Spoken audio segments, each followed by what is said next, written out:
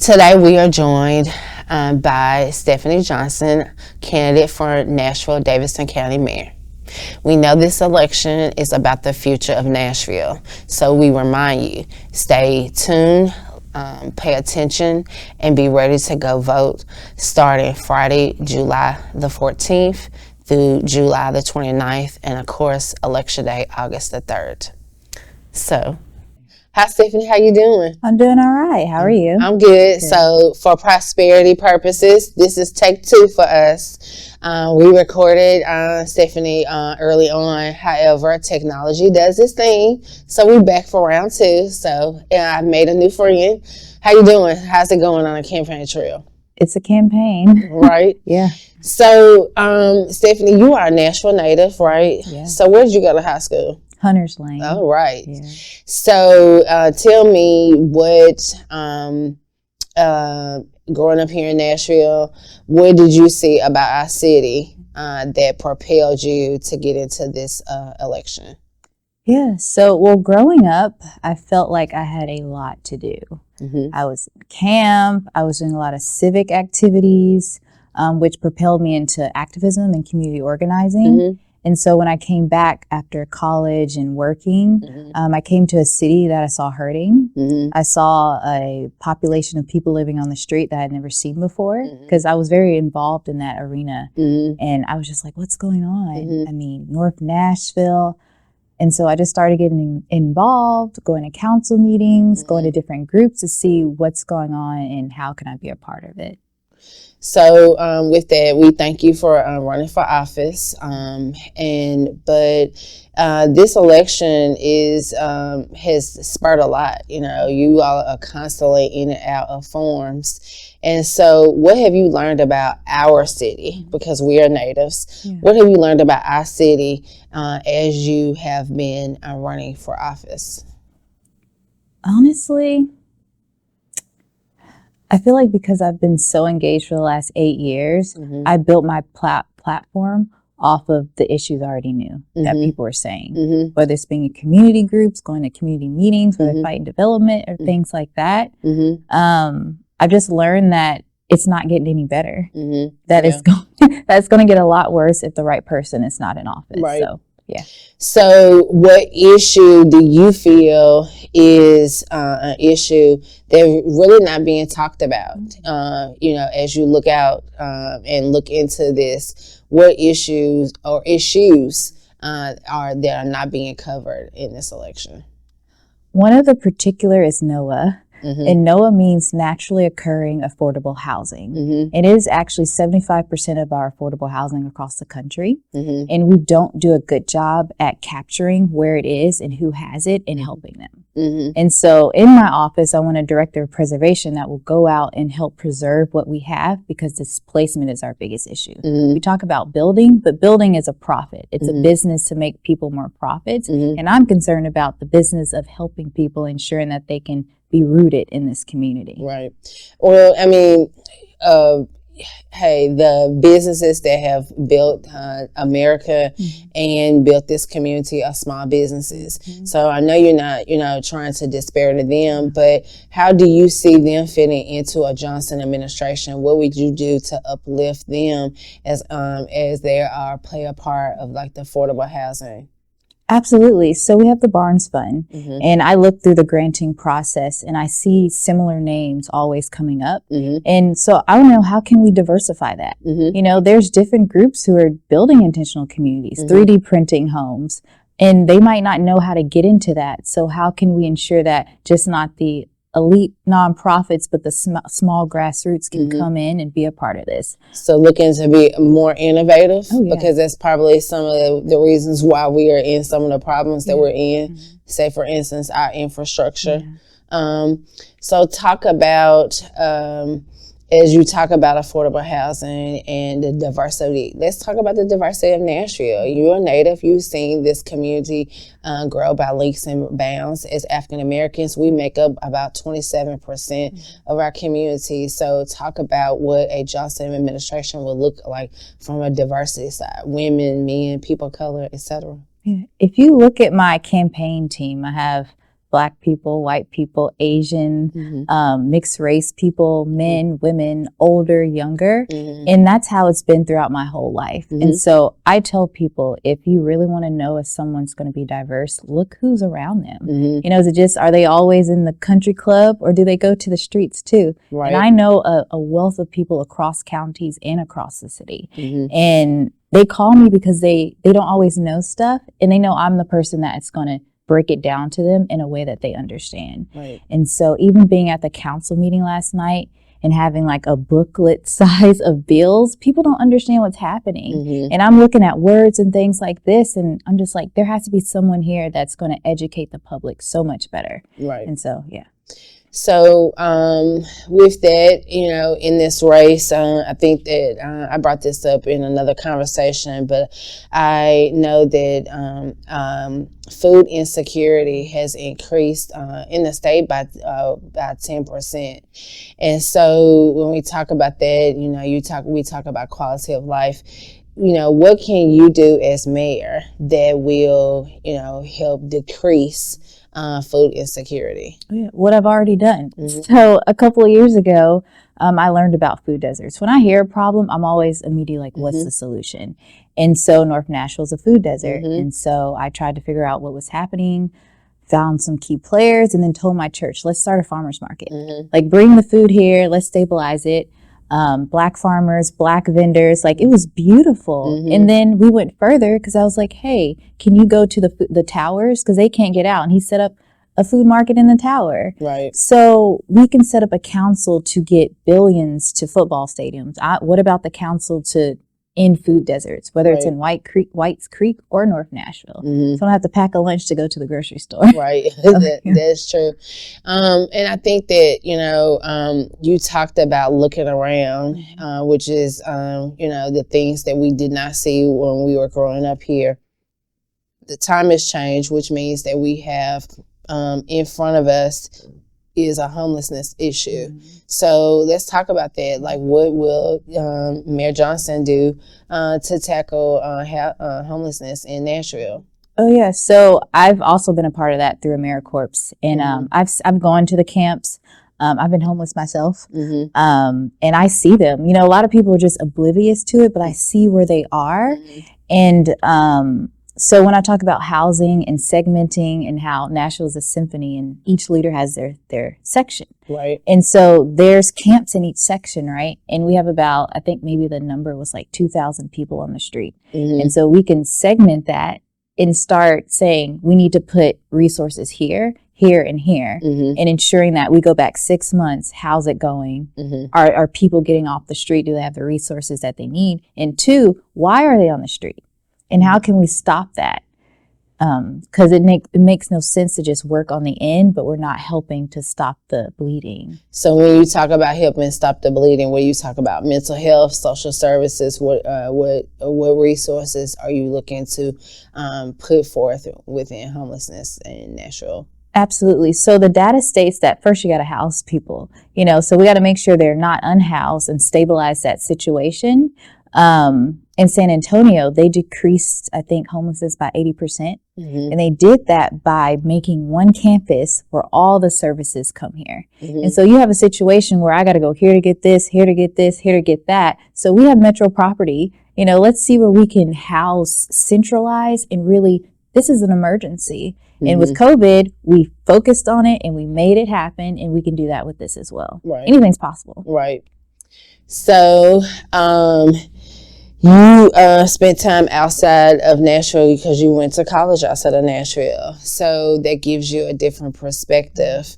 And I, you know, from a transportation standpoint, you know, I see transportation in a totally different light after living outside the city.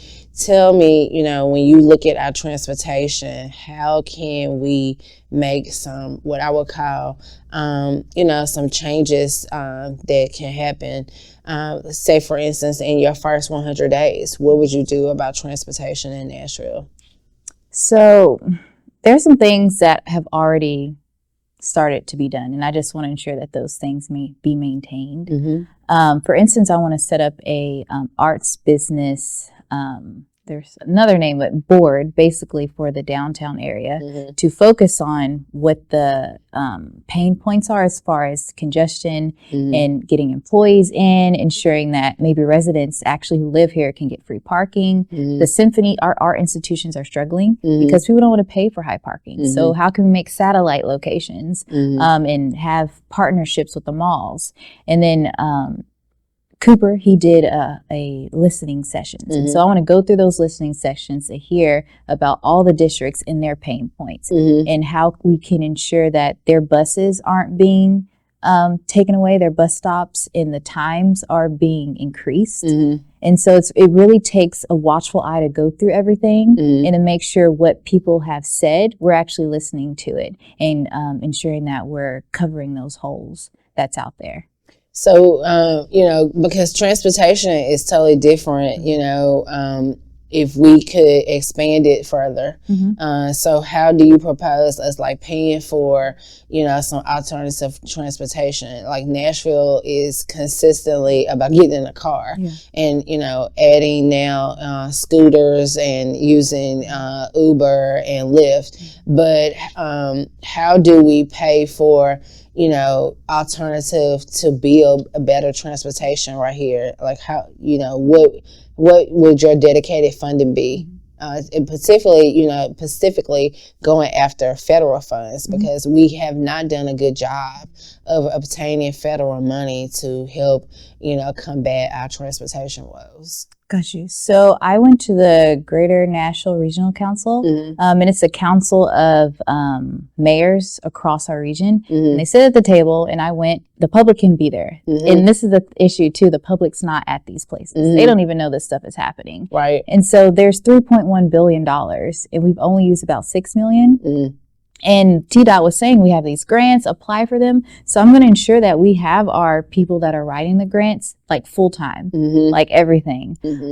Also, we can look at how to maximize advertising. Also, when we're creating transit hubs, right now the one downtown, the Dunkin' Donuts is paying, so innovation once again. And also, this is a chance for private businesses to be a part of this as well. We talk about people getting into business. You have Senior Ride and other transportation services that are filling those gaps. Right. Government does not have to do everything.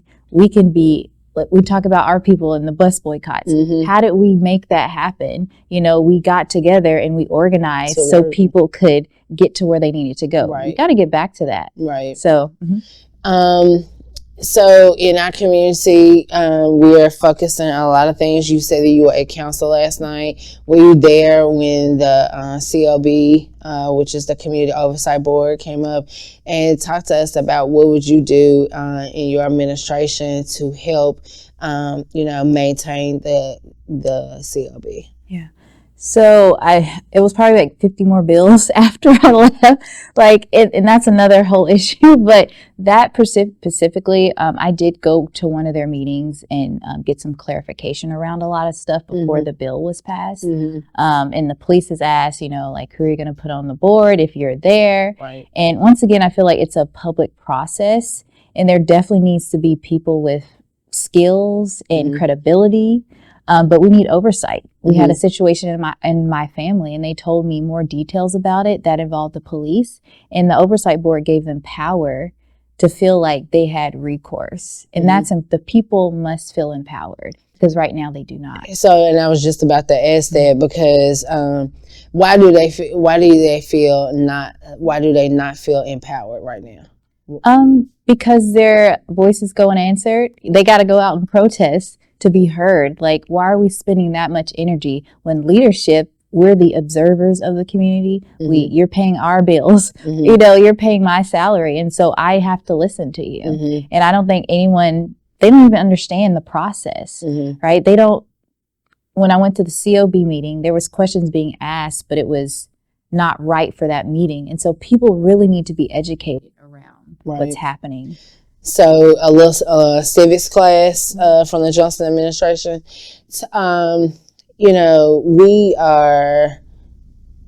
We're doing so much, in this community.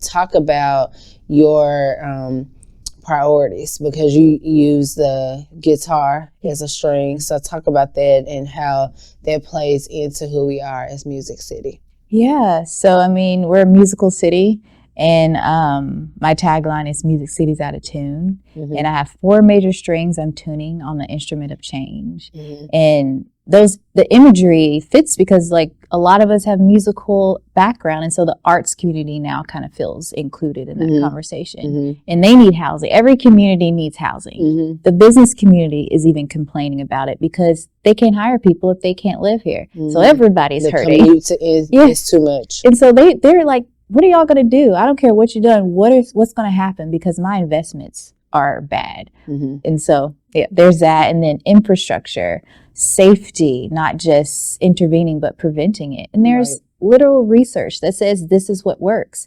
When my friend's calling me, we had 2 shootings this week, but no one's showing up in that neighborhood to look, to knock on doors, to say, hey, let's have a community meeting. This is what I did recently with someone. I said, bring all your community to the table. I'll bring my friend who's a social worker, and we'll bring an officer there, and we'll just start the conversation. Right. If you have 16 gunshots you're hearing a week, Mm-hmm. and they're literally counting it, where's the council? Right. Where are you? Right. Like, we know where it is. Focus. Right. So yeah. Why do you think that they have not gone and sat down with those families, or the community, to discuss that? Because they're not asking them to. But me, I'm not gonna. The community does. They always want them to come and ask. No, like, you know what's happening. Right. And yeah. So I don't wait around to be asked. Like, I Just see that's step an issue. in Yeah. and go It's to your work. community. Yeah. And I think that, a lot of people have wait and see approaches. I mean, particularly as women, we don't have time for that. We have to step up and help take control. So tell me this, what have you seen about our city? I kind of asked this before, but what are you seeing different about our city as you are, because I think that, you talked about like things, that are coming about, but, as a young person, you're under 40, you see things from a different lens than I do, and as most voters. So tell me, what are you seeing that is having the greatest impact on Black girls right here in Nashville? Probably kidnapping, around the world, like when we're exploited at a much higher rate. I was doing anti-human trafficking work, and the amount of Black girls that were going missing was atrocious. Right. And so it's coming up now. People are building organizations and things like that. So I want to make sure we're speaking to that, because obviously they see us as older, and that has to just be, we have to call out these realities. And I was very protected. I was in camp and all these things. So I want to make sure that everyone has a pipeline somewhere. And if kids are out on the street, like our street workers, like know their name, where their parents, what do they need, and how can we ensure the safety of our community by ensuring that people have what they need. So when we talk about the needs, let's talk about jobs. Okay. People want to go to work. Employers want to hire them. What do we do to get people back to work, being able to be quality, people of our community? How is the Johnson administration going to approach workforce in Nashville, Davidson County? Got you. So when we talk about getting people back to work, I don't know if we're talking about people who hadn't been working and there's this boundary. I was at the Black Caucus town hall for the legislators, and someone said, if I finally get a job, they cut off my benefits immediately. There needs to be a grace period. And so that's me advocating for my community. So I need to identify the legislators that heard that and say, okay, where's the bill? To ensure that's possible, because people should have a grace period, because it's keeping people in this, well, I don't want to give that up, which rightfully so. Right. And so looking at those holes and gaps, there's so many jobs. Okay. Because actually, the Biden administration, when they sealed the deal on this budget, that was part of it, is that so that the able body could go to work.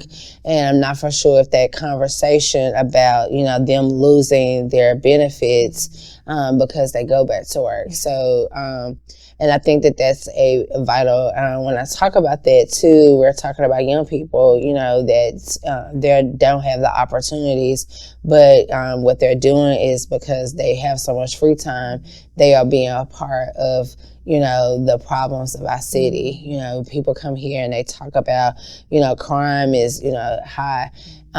So how do you put young people back to work to ensure that they're, you know, going to have a good quality of life?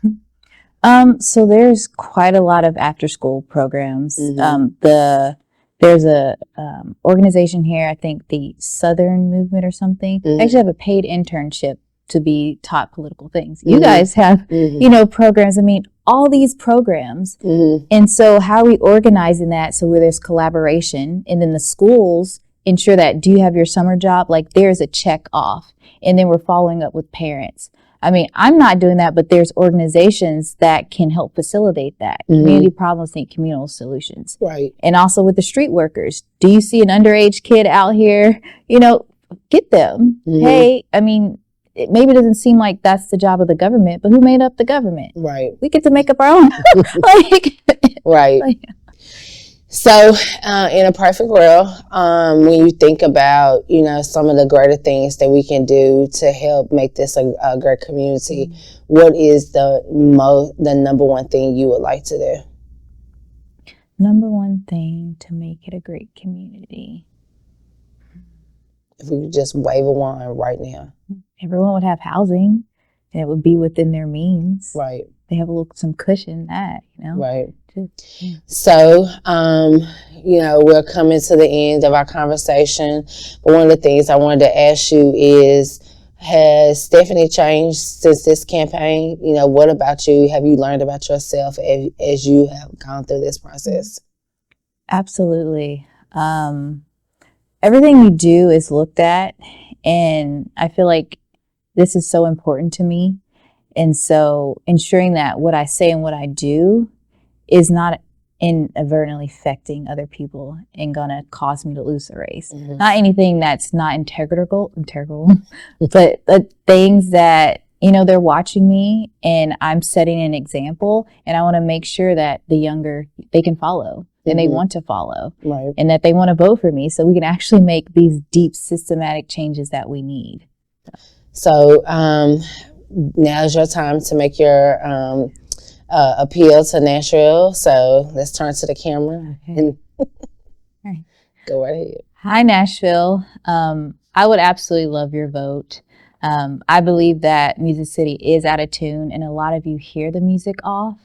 And so in order to fix it, we got to get out and vote August the 3rd. I'm not beholden to anyone. The only people that I owe in this election are the voters. And so I'm asking you to vote for someone that will continuously look after you and ensure our city is well taken care of. So thank you.